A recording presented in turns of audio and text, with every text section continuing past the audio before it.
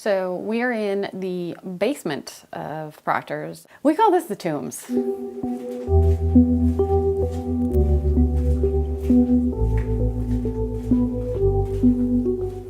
It was a packed house. It was our wine festival, so there wasn't space anywhere in the building that there really wasn't people. And we actually had run out of cups, so I ran down here to grab some. This area actually was a little bit different then. This whole section was lined with shelves, so there was actually less light than there is now, if you can imagine that.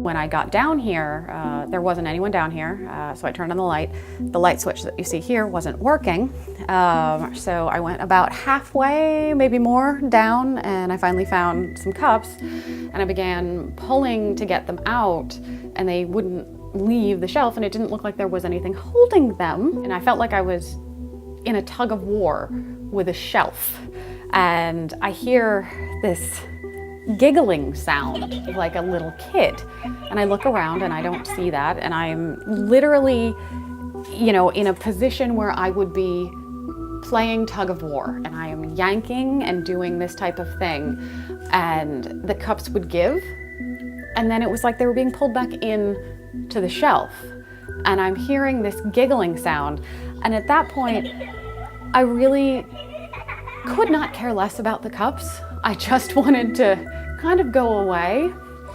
And as I started to, you know, just say, screw it, I'm leaving, and I gave one last tug to the cups with pretty much my entire body weight against it, I reached in, pulled, and they let go, and I went flying into the railing behind me, which is actually steel piping, and flew backwards, and everything on the shelf came off with me and hit the ground, and I picked up all the cups and started to run out, and the laughter behind me was eerie, but it was a kid laughing hysterically and giggling, and then I hear in this tiny itty bitty voice, "I'm sorry." And I grabbed the stuff, ran up the stairs like a bat out of hell, threw the cups at the person who I got them for, and, you know, just was done with going down in the basement.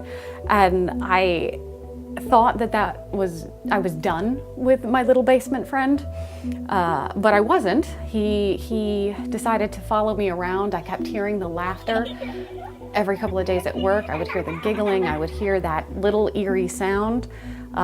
He would make things disappear off my desk. He would take things. And we had the investigators here when we did a ghost tour, and they told me his name was Lorenzo, and there was another little boy here named Danny, and the two of them decided to befriend me.